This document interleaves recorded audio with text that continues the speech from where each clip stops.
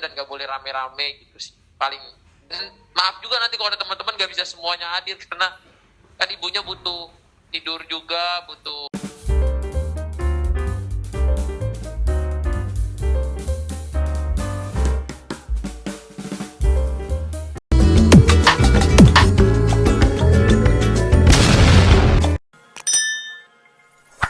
Banyak juga ya yang sayang, alhamdulillah ya, dari kalangan public figure, dari kalangan teman-teman, dari bapak-bapak pemerintahan juga pada ngasih kado.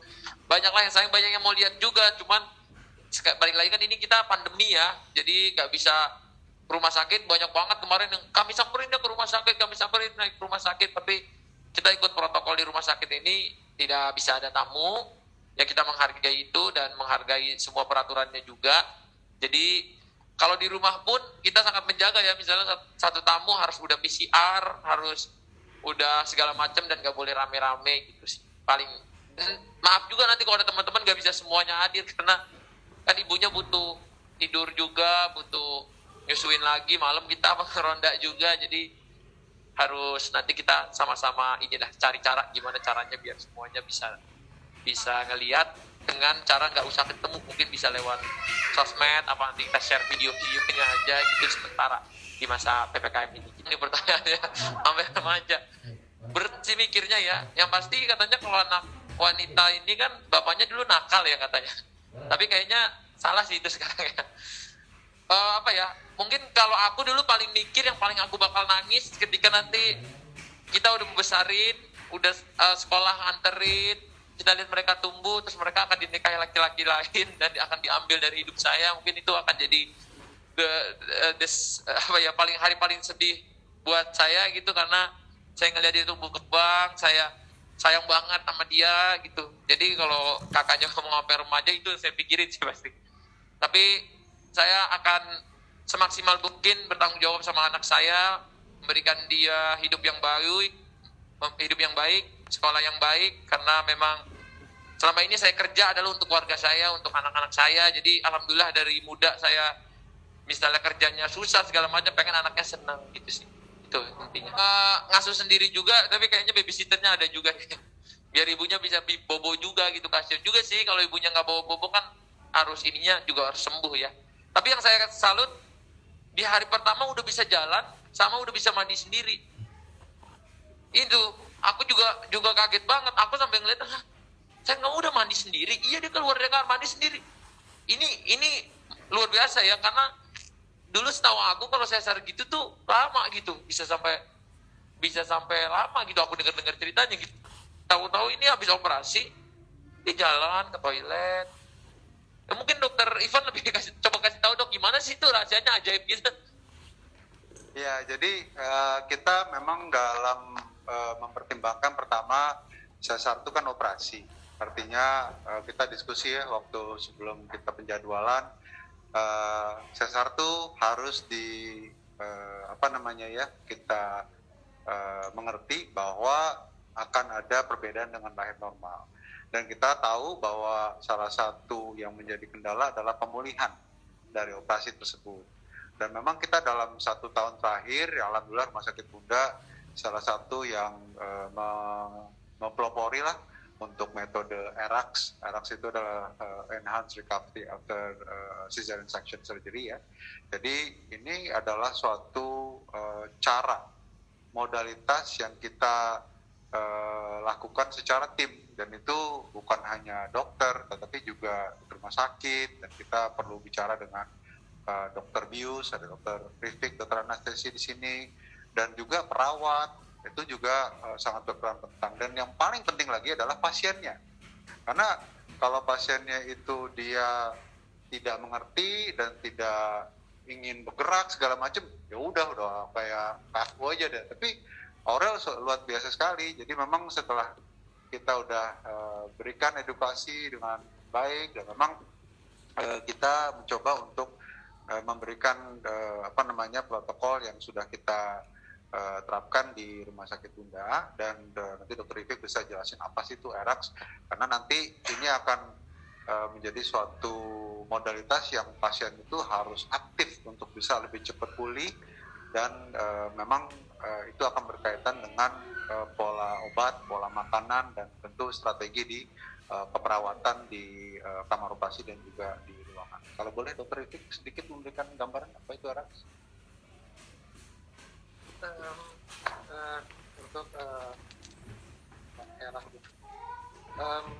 kita suatu protokol sebetulnya masing-masing dari bidang kita sendiri sudah punya suatu patokan bagaimana melayani itu yang baik, tetapi masih sesuai dengan yang dari bidang masing-masing. Era ini protokol yang sama jadi bagaimana dari anaknya bagaimana. Jadi kita mulai dari persiapan pasien. Jadi baik sekali adalah persiapan pasien. Itu tentu yang sudah dilakukan oleh dokter. Bagaimana mengoptimalisasi pasien untuk selama dia kehamilan, untuk sebelum dia persiapan sebelum melakukan operasi. Begitu juga nanti persiapan dia ketika operasi maupun waktu pemulihan. Jadi di sini kita hanya memfasilitasi bagaimana memotivasi pasien bahwa selama ini kalau misalnya sabit operasi harus berbaring lama nih. Wah, tidak begitu. Ternyata banyak studi-studi yang sudah kita dapatkan bahwa dengan caranya dia mobilisasi lebih cepat, motivasi lebih baik, ini justru malah membuat pasien dalam proses penyembuhan menjadi lebih cepat. Saya anestesi bagaimana memfasilitasi pasien, bagaimana pasien itu tidak menjadi takut untuk menjalani operasi, bagaimana pasien tidak merasa sakit, bagaimana merasa nyaman banyak operasi, bagaimana pasien tetap stabil banyak operasi. Begitu juga setelah pemulihan, bagaimana pasien tidak takut untuk bergerak, apakah karena sakit ataukah jahitannya yang kurang kuat. Disinilah persiapan dan motivasi pasien itu menjadi dasar utama dari RAS ini.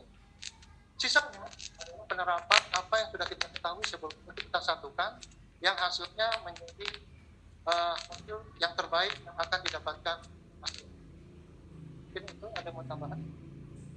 Ya, dari kacamata saya, memang ini sangat membantu sekali untuk pemulihan. Dan pemulihan itu penting karena saya bilang juga sama Pak Pata sama Aurel ya, kalau hamil mah gampang, yang ribet itu kalau udah akhir bayinya nyusuin. Jadi memang tugas paling berat dari seorang ibu kan adalah menyusuin selama. Sementara dengan adanya luka, pemulihan, RAS ini sangat membantu untuk confidence dari pasien untuk bisa menyusui dengan baik.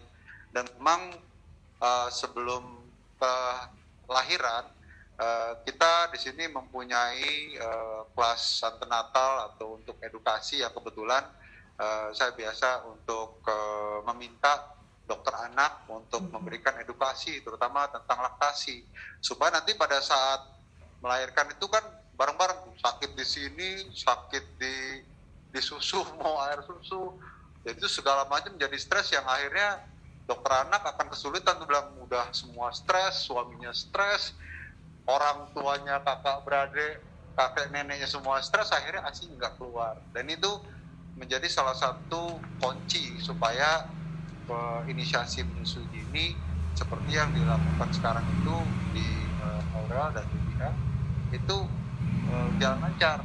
Alhamdulillah, ya mungkin nanti Dr. Markus bisa tanya kalau sekarang kita bayinya seperti apa, lancar. Terima kasih. Sejak kelahirannya baby A ini memang bugar ya, sehat. Saya juga sangat berterima kasih kepada Pak Pata dan Ibu Aurel, di mana bisa menjaga fisik dan mental demikian baiknya sampai pada hari H-nya bayinya pun keluar juga kondisinya bagus sekali. Singkat kata, tidak ada sesuatu yang kurang bagus lah, semuanya oke banget lah, perfect lah. Nah, kemudian setelah lahiran kita langsung lakukan inisiasi menyusui dini, itu pun juga perfect ya, bayinya langsung bisa ya. Bisa dalam arti memang kita arahkan, tapi maksudnya tidak ada halangan, tidak ada hambatan. Ibu pun tampaknya sudah teredukasi, jadi sudah mengerti juga apa-apa yang harus dilakukan. Kerjasama yang seperti ini tentu akan mendukung tercapainya keberhasilan ASI ya.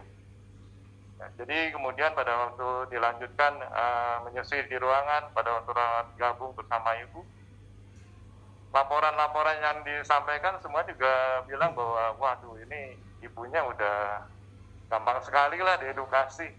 Kesannya sudah banyak pengertian-pengertian yang dia peroleh, dan kemudian tim laktasi dari bunda pun juga sedikit aja memberikan pengarahan, bayinya pun juga pandai lah untuk dibantu diarahkan oleh tim laktasi kita, dan kemudian ibu pun juga confident ya, yakin juga apa yang harus dilakukan supaya bayinya pandai menyusu.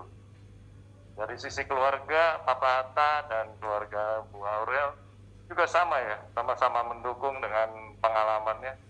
Singkat kata, proses menyusui dan laktasinya bagus sekali.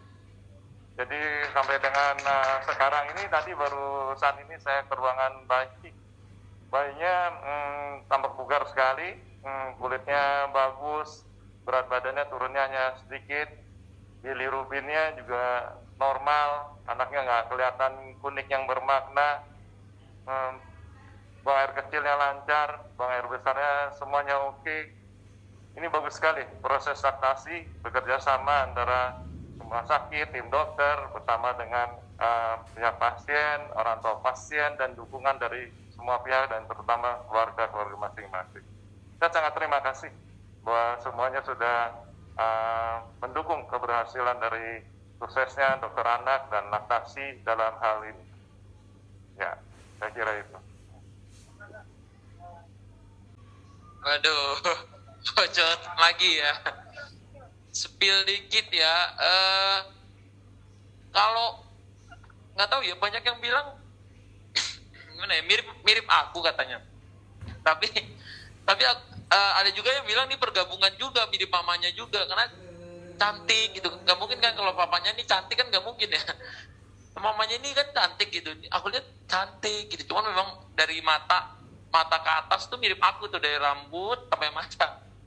Tapi dari hidung sampai ke dagu, ke rahang tuh kayaknya mirip Aurel gitu. Dari bentuk ininya, dari dagunya lancip gitu, lucu. Terus ininya agak gembul gitu, apa ininya rahangnya bagus gitu, kayak bulat gitu, tuh mirip mamanya. Dan jadi pergabungan sih saya lihat. Tapi habis tes darah kemarin, darahnya si O sih ya, kayak bapaknya ya gitu. Ada yang tahu banget itu dokter Markus. Iya, sesekiranya ya, mungkin apa nanti yang hari ntar yang kesini atau gimana gitu ya, sesegeranya, tapi belum tahu kapannya. Semoga. Tapi dari kemarin kita video callan mulu ya, video callan, terus chat-chatan, kirim-kirim gambar babynya dan lain-lain.